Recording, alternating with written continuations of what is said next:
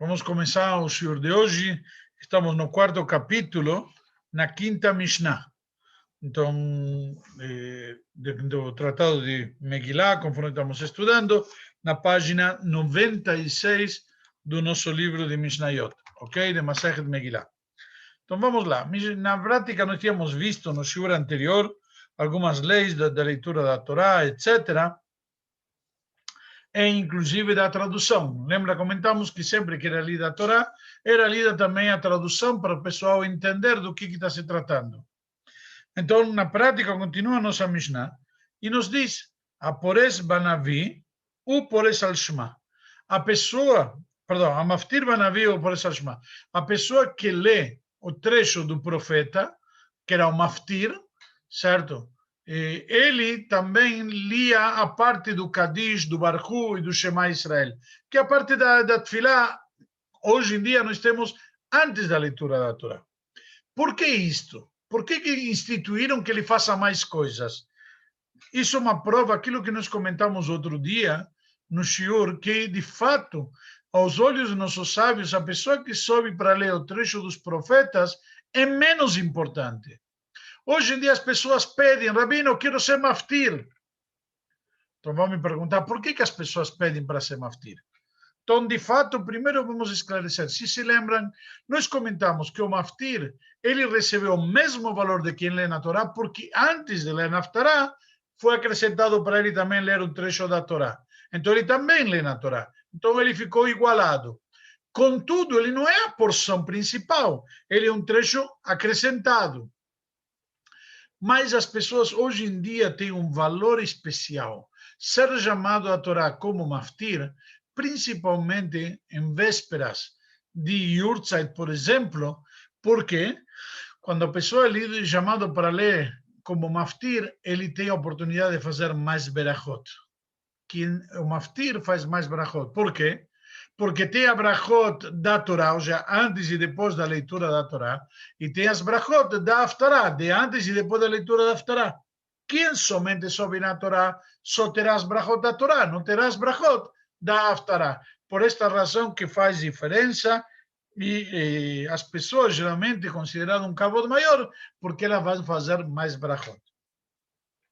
Mas isso é um parênteses. Continuando com nossa Mishnah, Vehu over lifnei a teiva. Ele também será quem será que vai como Hazan, entre aspas, que nós chamamos aqui over lifnei a teiva. Porque é uma forma de dar para ele um kavod maior, compensar o fato de que ele subiu só para o trecho dos profetas. E nos diz ainda a Mishnah, Vehu no set kapav. E ele vai fazer o que? No set kapav. No set kapav, lembra, nós explicamos, levantava, erguia as mãos, que é uma forma de chamar o Birkat Kohanim. No set kapav é quem faz Birkat Kohanim. Essa é a linguagem que utiliza a Mishnah. Porque a pessoa, para fazer Birkat Kohanim, ele, na prática, essa parte aqui, diz o nosso sábio, ficou um pouco difícil de entender. Porque no caso, obviamente, quem faz Birkat Kohanim, somente pode ser um Cohen, ok?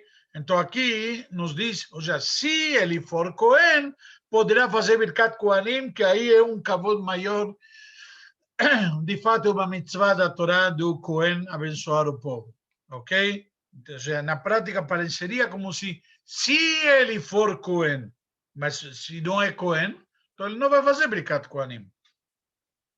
Tem várias explicações, eu vou me contentar com essa daqui, porque as outras são um pouco mais complicadas, são explicações que estão trazidas de várias opiniões diferentes, que na prática, se ele, no caso, uma opinião diz que não faz Birkat Kohanim, que deveria ser, está errado aqui, mas, enfim, o fato que ele faz Birkat Kohanim é que ele começa com os Kohanim na prática. Se ele for Cohen, então ele é que lidera eles. Uma outra opinião diz que poderíamos talvez interpretar como nós hoje em dia, Ashkenazim, que tem um Hazan, ou mesmo assim, o Sefaradim, tem um Hazan que anuncia e guia os Kohanim. Mas essa opinião não está trazida entre as principais opiniões que temos dentro do Talmud. Ok? Então, na prática, Uma outra opinião diz que aqui a Mishnah está nos ensinando que se tem aqui, então, no caso, mais do que minyan, aquela pessoa que faz haftarah, ele também é daqueles que faz Birkat Kohanim. Por quê? Porque na prática, como fica? Se ele vai lá, tem que ter um minyan, não tem que, ou seja, tem que ter mais pessoas, quanto que, se ele vai como Birkat Kohanim, como ele vai fazer liderar, se ele é o Kohen que tem que abençoar o povo. Mas vamos nos contentar, como falamos, com a primeira opinião, que no caso, se ele é Kohen. Contudo, Vimaya se ele é menor de idade, ou seja, não tem ainda cumprido e não tem completado 13 anos e um dia, certo? Essa é a definição de menor de idade. 13 anos e um dia é maior de idade. Então, se ele tivesse 13 anos e um dia, então, se ele ainda é menor de idade, Aviv ou Ravó Obrin Aliadó, ele, no caso, essas questões que são para liderar a comunidade, que são obrigações na prática, ou cargos que já são em relação ao próximo, à comunidade, elas não são apropriadas a serem feitas por um menor de idade. Então, no caso, o pai ou o rabino vão representando eles. Ou seja, se vamos chamar, eventualmente, para ler na Haftarah um menor de idade, então, no caso, quem vai ser o Hazan aqui, para compensar, vai ser ou seu pai, ou seu rabino, seu professor. No caso, isso é o que nos ensina aqui essa parte final da Mishnah. Está claro? Alguma dúvida, alguma pergunta? Então, vamos continuar. A Mishnah 6 continua justamente o mesmo assunto. Então, na prática, já que emendamos aqui, o que faz uma criança? O que uma criança pode fazer? Eu vou fazer uma pequena introdução importante. Nós mencionamos agora há pouco que temos 13 anos e um dia é maior de idade. Eu já vou te dar, Marcos, comecei aqui o assunto, deixa eu terminar a ideia. Então, 13 anos e um dia é maior de idade. Por que essa expressão? Para muitos choca. Imagina, 13 anos, por que 13 anos e um dia? Na verdade, a halakha é muito precisa. Vamos imaginar no calendário gregoriano, que fica mais fácil para a gente entender como referência, quando nós imaginamos que alguém é adulto, quando ele completa 13 anos, certo?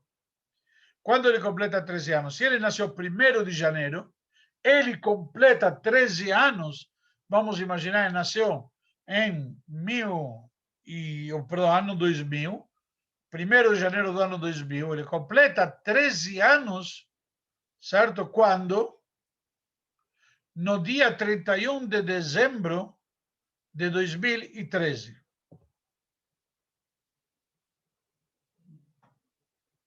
Perdão, de 2012. No 31 de dezembro de 2012. Vão me dizer, mas aí passaram 12 anos.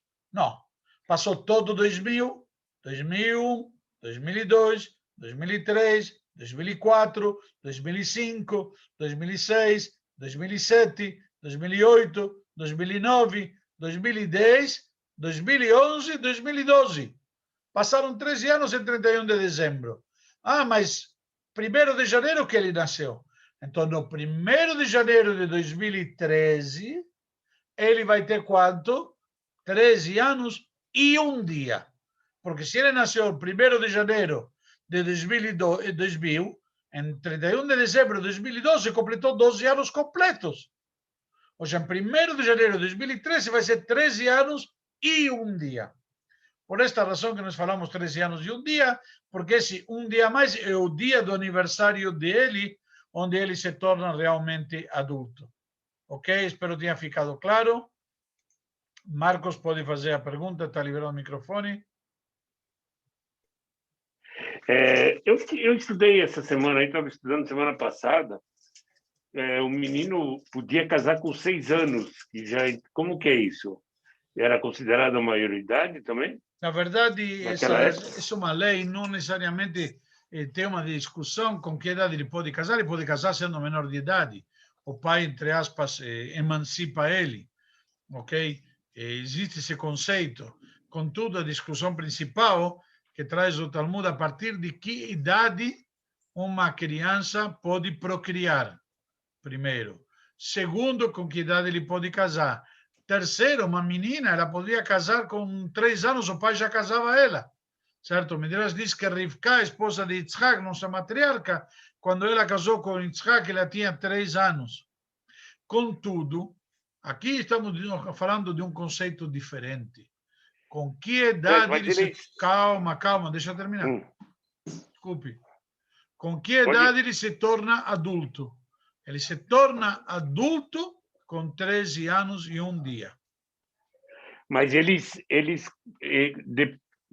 escrevem também, que eu li, tá? Por isso que eu estou querendo tirar minha dúvida, que se ele tiver 12 anos ou 11 anos e ele for uma criança madura, eles consideram ele como que ele pode exercer as funções, não é isso? De rezas.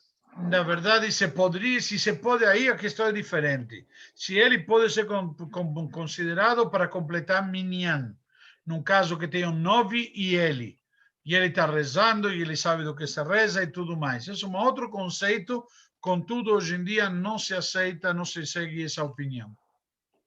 Ok, obrigado. Ok, mas é um conceito diferente. A pergunta tua, o teu conceito é quando eu completo ele, uso para completar o minyan, e quando eu estou falando de quando ele é considerado adulto. Entendeu? Ele é considerado adulto, depende, por exemplo, para a lei brasileira, ou com 18 anos, mas depende para que com 16 anos já pode votar. Então, de certa forma, já tem direitos. Ou seja, estou querendo de alguma maneira para poder explicar este conceito aqui, ok? Estamos falando de 2 conceitos diferentes, uma quando ele completa minyan, eventualmente sob necessidade, e outro quando é considerado adulto, responsável pelos seus atos, etc. Então vamos lá. Katan, um menor, estamos agora sim na Mishnah 6, na página 97. Katan, Koreb a Torá, Metargem. Um menor de idade, ele pode ler a Torá, certo? E ele traduz a Torá, que é a questão que tínhamos falado de traduzir a Torá. Sobre isto de aqui, tem opiniões que não concordam, nossos sábios, que o que se refere aqui não lê a Torá para a congregação. Alguns dizem que se refere depois dos 3 primeiros, que os 3 primeiros são maiores obrigações, então não será para isso. Algumas opiniões dizem que se conta quando fazemos os acréscimos, ou seja, mais de 7. Os primeiros 7 não poderiam ser. Tem várias opiniões aqui em relação a isto de aqui, como que se interpretaria. E tem alguns que estão falando aqui, não se refere de leitura da Torá como obrigação que nós falamos, certo? Sino estudo de leitura da Torá, quando ele vem comentar com o pessoal que está escrito na Torá, que aí não é uma obrigação plena e completa que não poderia ser feita. Por quê? A regra diz que quem não está obrigado de cumprir uma mitzvah, ele não pode isentar quem está obrigado. Ou seja, só alguém que está obrigado pode isentar outro obrigado. Está claro? Então vamos lá. Contudo, como vemos aqui, não por isso al Shema, ele não pode fazer aquele Kadish Baruch e Shema, não pode ser Hazan, não ser capaz, não pode fazer Birkat Kohanim. Por quê? Não é kavod. Não é kavod para o público, não é kavod para ele, não é kavod para a própria Torá, que um menor de idade lê a Torá. Não é um kavod, não é uma atitude, uma posição como se diz, de respeito. Ok? Não é que estamos faltando com respeito, mas tem que ser alguém mais apropriado, que seria alguém já adulto. Ok? Contudo, muda um pouquinho agora o tema. Mishnah nos traz agora um outro assunto. Nos diz, Pocheach pores al Shema Metargem.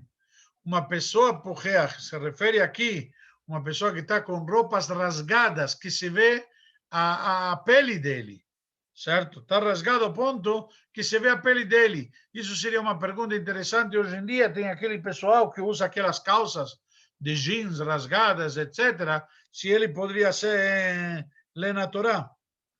Então diz, ele pode ser Hazan, por essa Shema, vai ler o Shema em voz alta e tudo mais, אבל não correva a Torá, vem não ver לפני התיבה, e ele não poderá nem ser Hazan, nem sequer ler na Torá.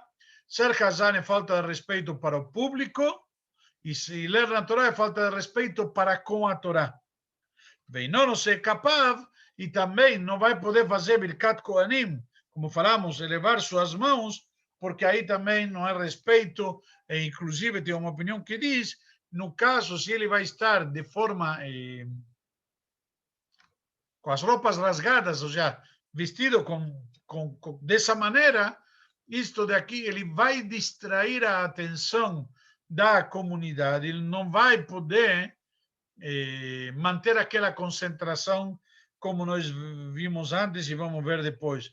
A pessoa, em Birkat Kohanim, tem que estar concentrado. Birkat Kohanim não é simplesmente um mero ritual. Birkat Kohanim é uma cerimônia muito elevada, onde, além de trazer a brachá para o povo de Israel, dizem os sábios, a divindade se encontra nas mãos dos Kohanim. Por isso que a gente não olha para o Kohen.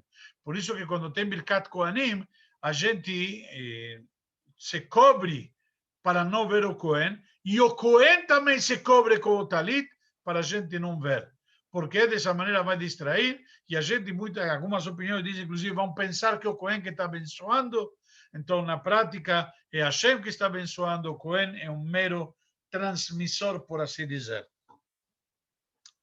E aí, no caso, nos diz ainda a Mishnah, sumar um Kohen que é cego, por esse Shema o metargem. Ele pode fazer a leitura do Shema e pode fazer a tradução da Torá. Porque o fato que ele não enxerga, entre aspas, a discussão seria se ele pode ou não fazer. Por quê? Na leitura do Shema, na Brachá, nós falamos Yotzer Or Ubore Choshech, Deus cria a luz e forma a luz e cria a escuridão, e na prática ainda mais, forma a luz e cria a escuridão, e não somente isso, mais ainda, termina a brachá, Baruch Ata Hashem Yotzer HaMeorot, abençoado és tu Hashem, que cria as fontes luminosas, e ele não enxerga. Então, como ele vai fazer essa brachá? Então, na prática, sobre isso, o Talmud nos conta um episódio muito interessante, que, na verdade, Rabi Yossi, assim diz o Talmud, baseado no versículo, que Rabi Yossi, ele sempre se preocupava, como está escrito, eu estou indo como se fosse um cego em pleno dia. Tem essa expressão. Aí tem Mashesh Batzorayim, Kasher Yemashesh Aiver Va'afelá. Eu fico, a Torá nos traz nas maldições, que a pessoa vai ficar palpando em pleno dia, no horário de pleno dia, como chamam, no meio-dia, como um cego palpa na escuridão. Então ele não entende como pode ser. Na prática, o cego, na escuridão, ele não precisa palpar, e no dia não precisa palpar. Ao contrário, palpa nos dois. Por quê? Porque não enxerga.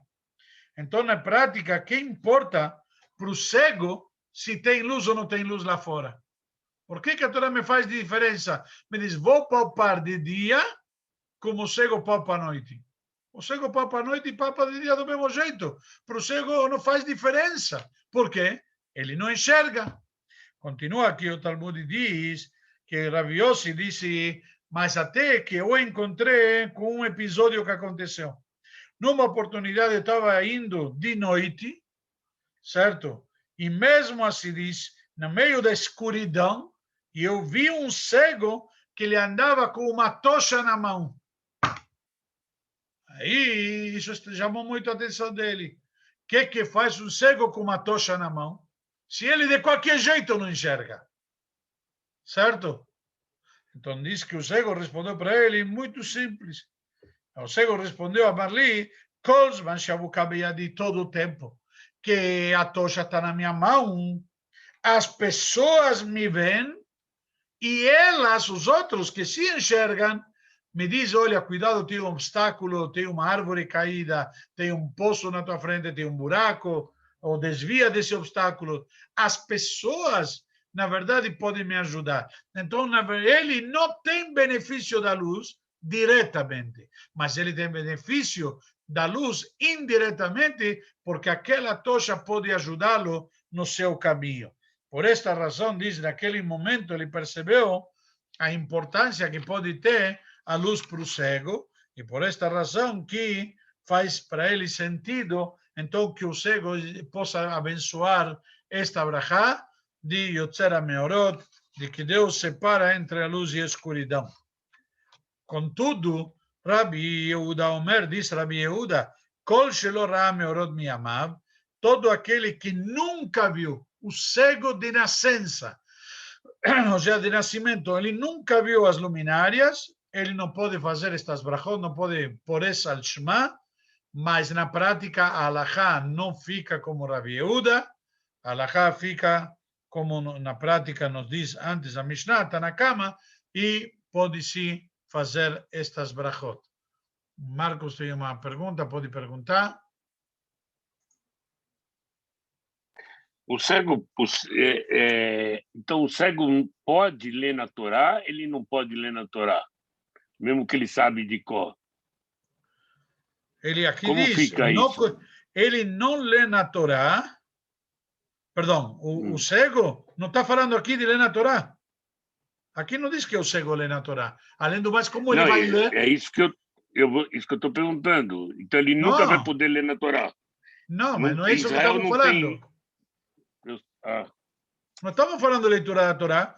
A questão do cego está falando aqui que o cego não vai poder fazer o Shema Israel por causa dessa brachá, essa é a opinião. Nem o Shema Israel? Ele diz que sim pode. O primeiro sábio diz que sim pode. O segundo sábio, Rabi Yehuda, diz que porque não pode se ele nunca viu. Se ele alguma vez viu, então ele entende a diferença entre luz e escuridão, então ele poderá fazer as brachot. E isso que vimos, que na prática ele pode fazer as brachot, mesmo que ele não viu. Por quê? Porque ele tem o benefício indireto que os outros veem e podem ajudar ele. Por isso eu contei a história do Rabi Yossi. Então, mas Israel tem material para cego? Livros de reza, essas coisas de braille? Lógico que tem. Tem Tânia em braille. Ok? Vamos continuar. Mais uma Mishnah. Temos um pouquinho de tempo. Quero aproveitar. Mishnah 7. Diz a Mishnah, e agora estamos na página 99. Então, na prática, diz a Mishnah, Cohen sheyesh beyadav mumin lo yisaet kapav. Cohen que tem defeitos na sua mão, ele não pode fazer Birkat Kohanim, não vai erguer as mãos. Lembra que nós falamos sobre isto? De fato, que os Kohanim tinham que a santidade deles, e a gente não pode olhar para os Kohanim. Mesmo assim, uma vez que este defeito pode atrapalhar, eles que não façam Birkat Kohanim, se tem esse defeito. Ok? A Gemara continua e nos diz que não somente nas mãos, sino também no rosto dele ou nos pés dele. Por quê? Porque aí vai atrapalhar a concentração, as pessoas ficam olhando quando vem, mesmo não na hora do Birkat Kohanim que ele está coberto, mas na hora que ele está subindo para fazer Birkat Kohanim, está como diz, indo para frente, ele já causa distração no povo, e por esta razão diz que não faça Birkat Kohanim. Rabi Yehuda traz aqui um detalhe a mais. Rabi Yehuda diz, Omer, Av mishayu yadav tzvuot istis ufual o isa et kapav mipnei she'am mistaklin bo. Também aquele que tem as mãos sujas, manchadas, seja de cor azul, de cor vermelho, inclusive. Por quê? Porque naquela hora ele distrai o público. Então, quando tem as mãos sujas, ele não pode sequer, ou já não tem um defeito, mas tem uma tinta, aí tem, por essa razão, ele vai distrair. Na prática, algumas razões dizem que porque tem a divindade presente, como falamos antes, ou alguns dizem que não para a divindade, senão simplesmente porque ele vai distrair a atenção e o público tem que se concentrar para trazer brachá, você tem que, para atrair essa brachá que o Cohen está te mandando, você tem que se concentrar nessa hora e quando você se distrai, então na prática não vai conseguir o efeito desejado que é poder atrair as brachot do Cohen, que na verdade é Hashem que vem através do Cohen. Ok? Alguma pergunta, alguma dúvida? Então, vamos, eu vou liberar os microfones.